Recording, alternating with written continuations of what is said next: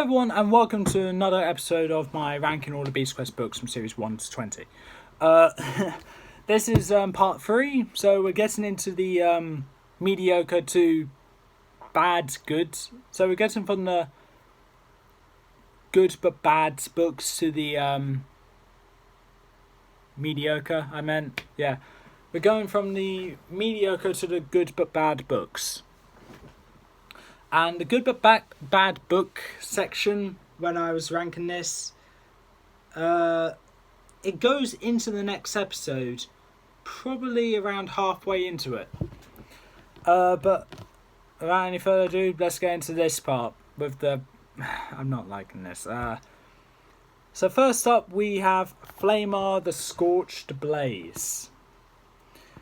Yes, again, like I said, with Elko and Tarok. Yeah, Elko and Tarok. It is the reason why Series 11 is hated. It's better in design than Hellion, but that's it.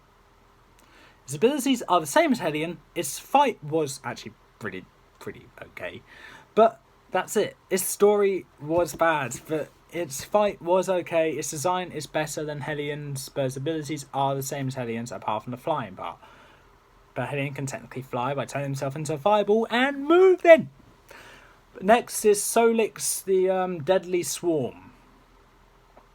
Now, I have a feeling I built this beast up a bit too much, because in my review, I remember being so hyped about it, of how I loved this beast so much. And then I looked back at it and compared it to other beasts and found out, yeah, it's actually not that impressive. Sorry. That's actually all I need to say about it.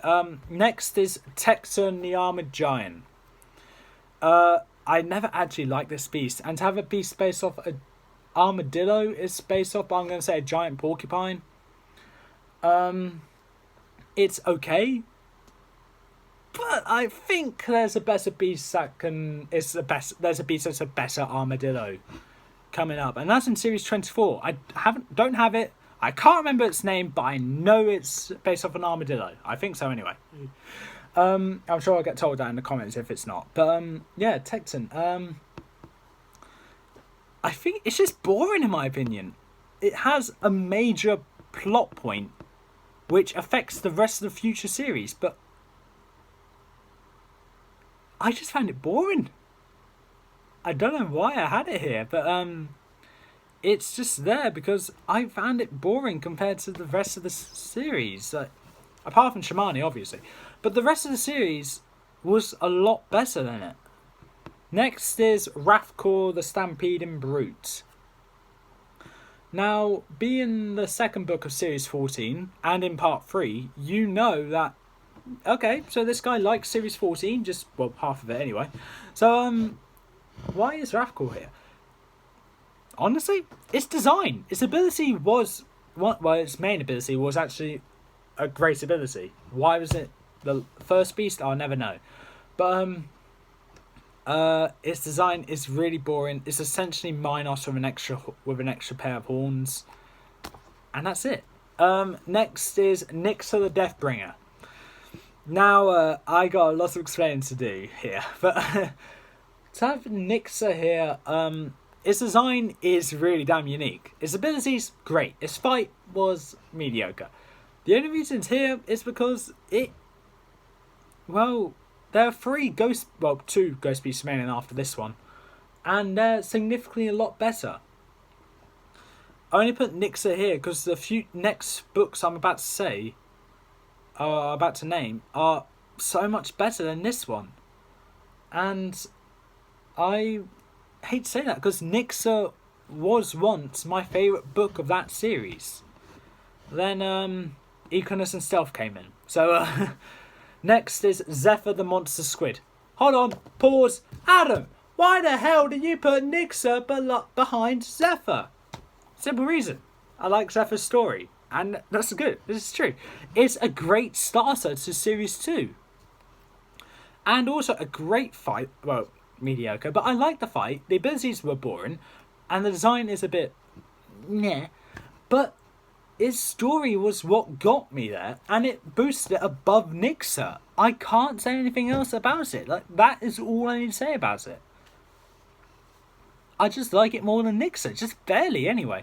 Next is Cornwall the Cold-Blooded Brute.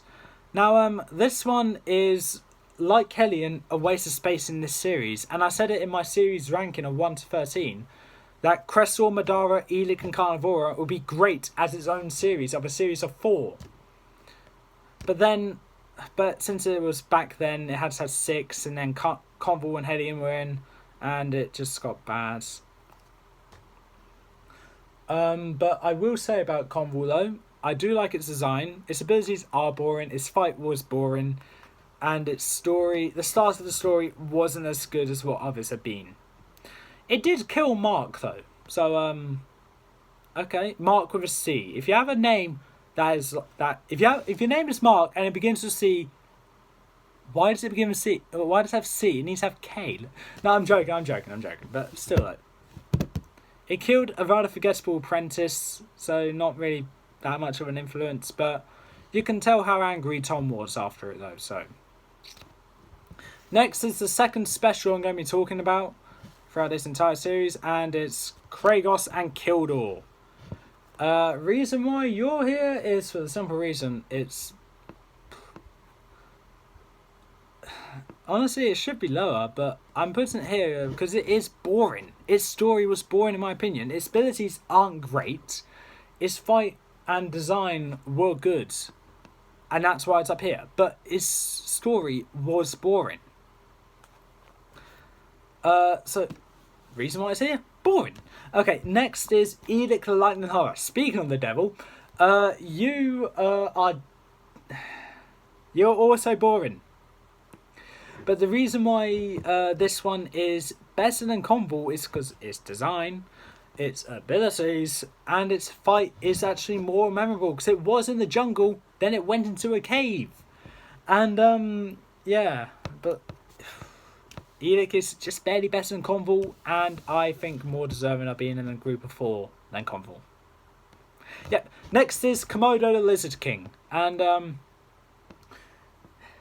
yeah, I always like this beast more than Cornwall, if you're wondering why Cornwall was slower than this.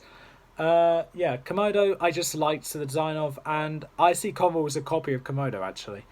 Having a rather unique fight where the beast kills himself is something that I like a lot, and we will learn that has been copied in the future.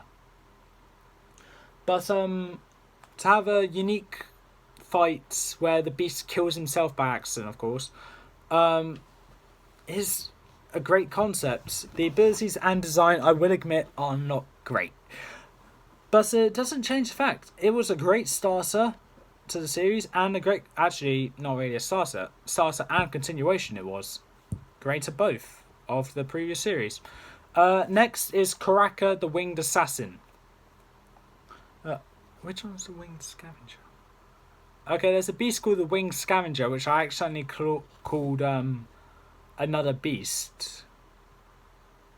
Which I called Score the Winged Scavenger for some reason by mistake. But I can't remember which beast actually called the Winged Scavenger. I know there's a beast that is called that. Just can't remember what it is. I'll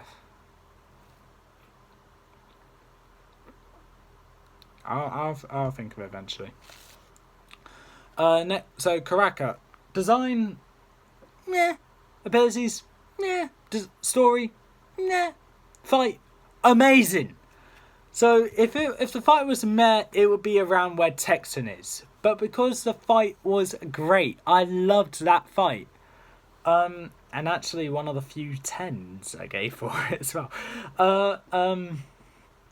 That's why it's here. And having 110 but low scores for the rest, that's the highest you're getting, baby. That's the highest it's getting. So, yeah. Moving on.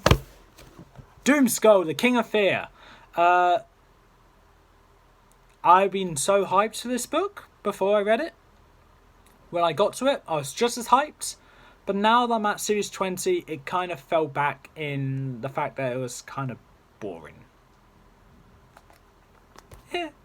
Its abilities were okay, its fight was okay, its design was okay, its story was a great finale, but other than that, it was just okay. It was kind of boring. So next is the first piece. Wow, really? The first piece of Series 15, Wardock the Sky Terror. And this one, if you can tell, this piece being the first piece of Series 15 to be this far, you can tell the other beasts are pretty damn high up as well. But Wardock is the most basic in design out of all the beasts here, but its abilities are also the worst out of them, but its fight was great. It's a great starter to the series, which is the main reason why I say it, because it is a starter after all. And it's not supposed to be good, but it doesn't change the fact it was amazing. It was still a great book. Now we get into the mediocre standpoint, and this one is Vermok, the Spiteful Scavenger. Vermok is here because its design does look a bit hideous, but that's a good thing for designs anyway. The abilities are what you would expect: whip-like tails like stealth, sharp claws like stealth. That's it. Yeah.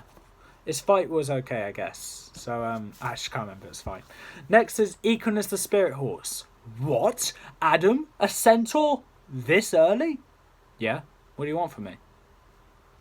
I can't have all the centaurs do great, so I need to have a centaur here at some point. So, yes. Equinus. Design is a bit boring, because it's eventually ghostly Tagus. Abilities... yeah, it's actually good abilities. The fight was okay but confusing. And that's for when it just turned into 2? What? Sorry, I was just testing something. When it splits into 2, a horse and a guy. I'm going to say it again. What? Yeah, so, yeah, that's the end of part 3 of ranking the books, anyway. That's the end of part 3 of ranking these books. Join me for part 4, where I rank the next 15 books. We're actually approaching the end now. I still don't know how many are left, but yeah, join me in part 4. So, but until then, that's all for this time. If you like what you saw, leave a like, leave a comment, don't forget to subscribe, press that little notification bell down in the corner below, and I'll see you next time.